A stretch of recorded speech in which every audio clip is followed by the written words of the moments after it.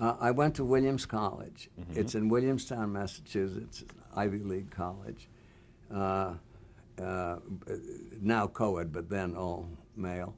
And it was after the war. Everything was all mixed up. You know, there were people who came back from the war, or people who, and everyone was. It was a very interesting period.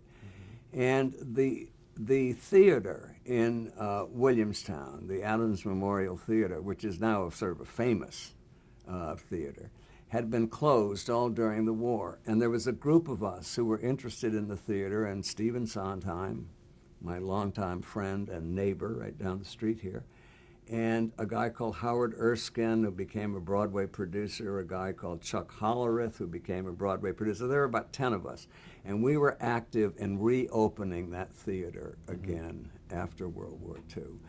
And that was when I always knew my life was going to be in movies or theater or something like that.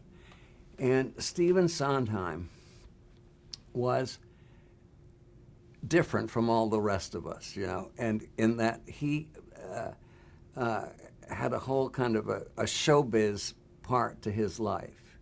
And Oscar Hammerstein had been an enormous influence on Steve Sondheim's life. And so when we were just kids in college, we called Oscar Hammerstein Uncle Aki, which is what Steve called him. And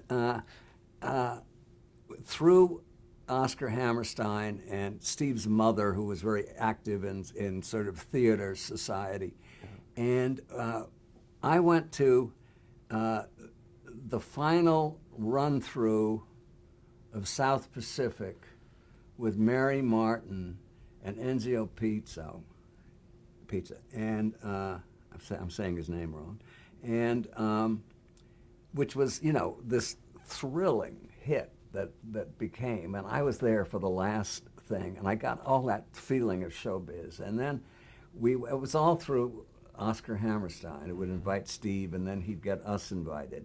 And then we went to New Haven for the opening night of The King and I with Yul Brynner. With Gertrude Lawrence? And Gertrude Lawrence, who was, I mean, one of the great